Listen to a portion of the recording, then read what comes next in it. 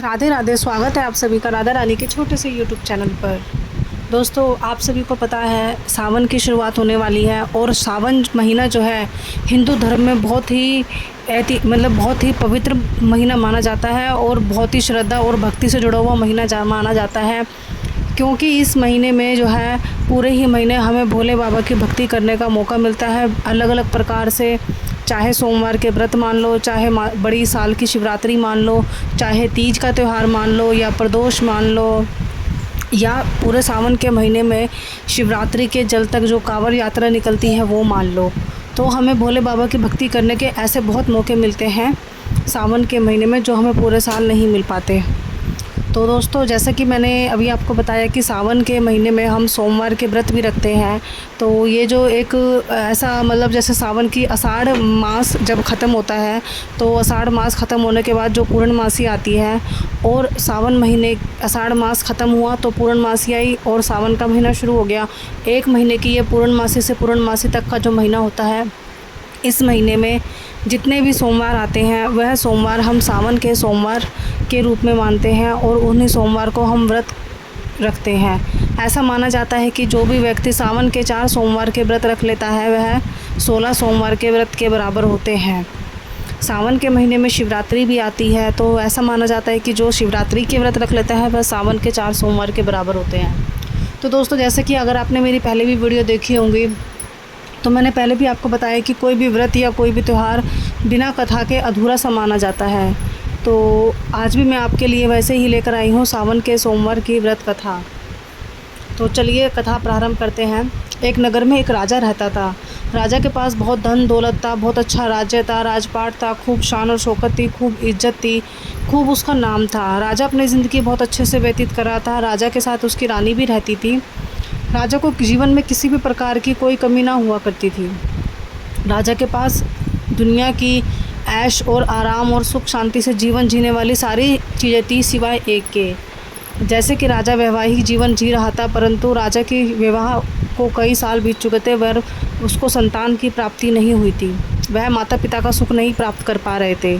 तो राजा को इस चीज़ का बहुत दुख होता था और बहुत चिंता सताती थी कि मेरे बाद मेरा राज्य का उत्तराधिकारी कौन होगा और जो मेरा ये राज्यपाट है इसको कौन संभालेगा। तो राजा जो था और राजा की जो पत्नी थी वह बहुत श्रद्धा से विधि पूर्वक भोले बाबा की भक्ति करते थे, व्रत रखते थे, पूजा पाठ करते थे, इसी उम्मीद में कि शायद एक दिन हमारे भी संतान हो जाए। लेकिन लेखन में जो लिखा हुआ था उनके नसीब में कि उनको संतान की प्राप्ति नहीं हो सकती। परंतु फिर भी राजा की जो पत्नी थी वह प्रदोष का व्रत रखती थी, सावन के सोमवार का व्रत रखती थी, सोमवार का व्रत रखती थी। तो जिस प्रकार वह विधि पूर्वक पूजा करती थी तो पार्वती माता, जो राजा था और जो रानी थी, उनकी पूजा उनकी भक्ति से बहुत प्रसन्न हुई और पार्वती माता ने भोले बाबा को कहा कि हमें इनको संतान की प्राप्ति दे देनी चाहिए। भोले बाबा ने कहा ऐसा नहीं हो सकता है क्योंकि इनके जीवन में संतान का सुख लिखा ही नहीं है। परंतु पार्वती माता की बहुत जिद करने और बहुत उनको जो है उनकी भक्ति से प्रसन्न होने के बाद जो उनके मन की अभिलाषा थी, एक उनकी अपनी इच्छा हो चुकी थी कि इन दाम्पत्य जीवन को भी संतान का सुख मिलना ही चाहिए। तो पार्वती माता की इतनी जिद करने के बाद भोले बाबा ने उनको संतान सुख का वर तो दिया, लेकिन भोले बाबा ने ये कहा कि ये जो तुम्हारी संतान होगी केवल 16 वर्ष तक ही जिंदा रहेगी, उसके बाद इसकी आयु नहीं रहेगी। तो पार्वती माता ने खुशी खुशी इस वर को अपनाया और जैसे राजकुमार और रानी जो है पूजा पाठ करते रहे तो कुछ समय बाद रानी को जो है गर्भ ठहर गया और गर्भ ठहरने के बाद कुछ समय बाद रानी के जो है पुत्र की प्राप्ति हुई। जब राजा को पुत्र की प्राप्ति हुई तो राजा ने अपने जो बेटे का मुंडन था, जो बेटे का जन्म उत्सव था, बहुत धूमधाम से बनाया। अपने आसपास के कई गांव तक उन्होंने मिठाई भिजवाई, सबको भोजन कराया, ब्राह्मणों को खूब दान दिया, खूब भोजन कराया। अपनी जो भी उनकी इच्छाएं थी वो सारी उन्होंने पूरी करी। पुत्र प्राप्ति के बाद उनके जीवन की जो वास्तविक खुशी थी वो उनको प्राप्त हो चुकी थी। लेकिन उनको ये भी भय था कि मेरे जो पुत्र है केवल इसकी आयु जो है 16 वर्ष की है, तो उनको इस चीज़ का भी कहीं ना कहीं दुख था। तो क्योंकि राजा और रानी को ये बात पता लग चुकी थी, जैसे कि पार्वती माता ने उनकी भक्ति से उनको खुश होकर उनको संतान की प्राप्ति दी, तो उनको ये भी बताया था कि सब स्वप्न में आके कि तुम्हारे पुत्र की आयु सिर्फ 16 वर्ष है। तो जब राजा का पुत्र 12 वर्ष का हुआ तो राजा ने अपने पुत्र को उसके मामा के साथ शिक्षा ग्रहण करने के लिए शिक्षा आश्रम भेज दिया। तो राजा का जो पुत्र था वह अपने मामा के साथ शिक्षा आश्रम जाता रहा। राजा का पुत्र और पुत्र का मामा दोनों ही शिक्षा ग्रहण करने के लिए जैसे कि अपने घर से निकल चुके थे, तो जहाँ भी वह लोग विश्राम करने के लिए रुकते थे और भोजन करने के लिए रुकते थे तो पहले ही अग्नि में हवन करते थे कुंड में, और साथ ही ब्राह्मणों को दान करते थे यज्ञ करके, फिर वह भोजन और विश्राम करते थे। तो जैसे कि कुछ दूर जाने के बाद राजा एक नगर में रुके विश्राम करने के लिए और यज्ञ और अपनी पूजा को आगे बढ़ाने के लिए। तो जब उन्हें पता लगा कि इस नगर में जिस नगर में वह विश्राम करने के लिए रुके थे, वहाँ के जो नगर का राजा था, उस राजा की पुत्री का विवाह था उस दिन। तो विवाह के समय जिस लड़के से उनका विवाह हो रहा था, वह लड़के का जो पिता था बहुत ही चिंता में था, क्योंकि उसने राजा को नहीं बताया था कि मेरा जो पुत्र है एक आँख से काना है। तो उसको ये चिंता सता रही थी कि कहीं राजा को या राजा की पुत्री को पता लग गया तो वह विवाह तोड़ देंगे और जो मुझे ये विवाह में धन संपत्ति दहेज के रूप में मिलेगी वह नहीं मिलेगी। तो जैसे ही वो जो दूसरे नगर का जो वर का पिता था वह रास्ते से जा रहा था, तो उनको राजा का पुत्र और उसका मामा दोनों दिखे। उन्होंने अपनी सारी दुविधा उनको बताई और उनसे कहा कि तुम्हारा ये पुत्र बड़ा ही शौर्यवान प्राप्त होता है, क्या तुम इसे मेरे पुत्र की जगह वर के रूप में बिठा दोगे? उसके बाद मैं तुम्हें बहुत धन देकर विदा कर दूंगा। तो मामा को जो था लालच आ गया इस बात का, और मामा ने तुरंत हाँ भर दी। तो राजा का जो पुत्र था, उस पुत्र के जो विवाह था नगर के राजा की राजकुमारी यानी कि उसकी बेटी के साथ हो चुका था। तो विवाह बिल्कुल पूर्ण रूप से संपन्न हो चुका था। विदाई का समय आया था। जो राजा का पुत्र था वह बहुत ही शौर्यवान था, बहुत ही तेज बुद्धि का था।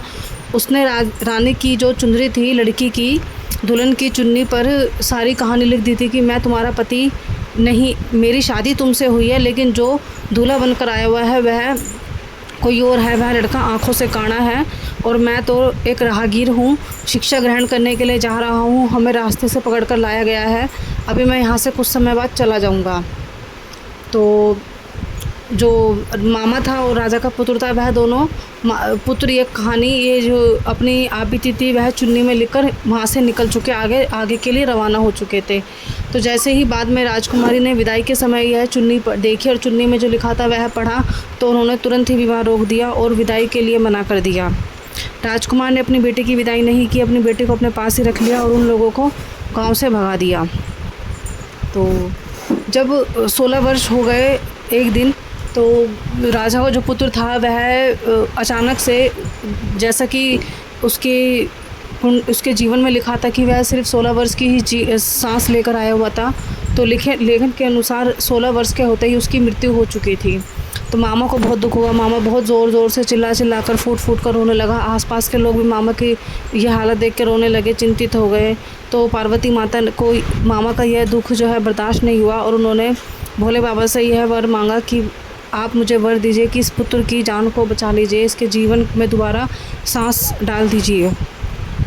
तो भोले बाबा ने पार्वती माता की बातों से और उनके वादों से विवश होने के बाद पुत्र को जीवित कर दिया। जैसे ही पुत्र जीवित हुआ तो मामा को बहुत खुशी हुई और मामा और भांजे दोनों वापस अपने नगर के लिए चल दिए शिक्षा ग्रहण करने के बाद। तो जो राजकुमार था और जो रानी थी, पुत्र के जो माता और पिता थे, उन लोगों को अपने पुत्र की वापसी का समाचार मिला। वैसे उन्हें पता था कि हमारा पुत्र 16 वर्ष के बाद मृत्यु हो जाएगी, लेकिन जब उन्हें पता लगा कि हमारे पुत्र की मृत्यु नहीं हुई है और वह अभी भी जीवित है, और तो वह उनकी वापसी के लिए नगर में बहुत ज़ोरों शोरों से तैयारी करने लगे। साथ ही साथ उन्होंने आसपास के गांव के लोगों को भी निमंत्रण दे दिया कि हमारा पुत्र वापस आ रहा है, हमारी इस खुशी में आप शामिल होइए। तो जब राजा और जो मामा था और राजा का पुत्र था वह नगर की तरफ वापसी आ रहे थे, तो उसी गांव में रुके जिस गांव में राजा के पुत्र का विवाह हुआ था। उन्होंने विश्राम किया, यज्ञ किया, पूजा पाठ करी, दान दक्षिणा की। तो नगर का जो राजा था उसने उन्हें पहचान लिया कि यह वही मामा और भांजे है जिसने मेरी पुत्री के साथ विवाह किया था। तो जो राजा था उनका यज्ञ ख़त्म होने के बाद उन्हें अपने महल में लेके गया, उनकी खूब सेवा करी और खूब सेवा करने के बाद खूब धन दौलत दहेज देकर अपनी पुत्री को राजा के पुत्र के साथ विदा किया। राजा को यह सुनकर बहुत खुशी हुई थी कि उसका पुत्र जीवित है। साथ ही साथ यह सुनकर उनको और ज़्यादा खुशी हुई कि उनका पुत्र जो है विवाह हो चुका है और वह अपने पुत्र वधू को देखने के लिए बहुत ही व्याकुल हो रहे थे। जब राजा का पुत्र वापस आया तो उन लोगों ने खूब धूमधाम से अपने पुत्र की वापसी करी और खूब धूमधाम से उसका जश्न मनाया। तो तो राजा को जो ये पुत्र की सांस वापस मिली थी और जो इसको ये खुशहाल जीवन मिला था, इसी वजह से मिला था क्योंकि राजा जो था भोले बाबा की पूरा विधि पूर्वक पूजा करता था, भोले बाबा की भक्ति करता था, प्रत्येक सोमवार के व्रत रखता था, रोज़ भोले बाबा के ऊपर जल चढ़ाकर आता था, बेल के पत्र, धतूरे, आंकड़े के फूल, यह सब उसका नियम था रोज़ का, कभी किसी की निंदा नहीं करता था। तो दोस्तों ये जो है शिव पुराण में लिखी हुई कथा है, जिससे कि कहा जाता है कि जो भी व्यक्ति भोले बाबा की विधि पूर्वक सच्चे दिल से, सच्ची श्रद्धा से पूजा करता है और भोले बाबा के सावन के 4 सोमवार या 16 सोमवार या मासिक शिवरात्रि या फिर प्रदोष का व्रत या शुक्ल पक्ष के बाद की अष्टमी, सोमवार अष्टमी या व्रत रखता है, तो उसकी सारी इच्छाएं पूरी होती हैं, उसको जीवन के सभी सुख संपत्ति प्राप्त होती है, संतान की प्राप्ति होती है, पुत्र रत्न की प्राप्ति होती है। उनके जीवन में ऐसी कोई खुशी नहीं होती जो उन्हें प्राप्त नहीं होती है।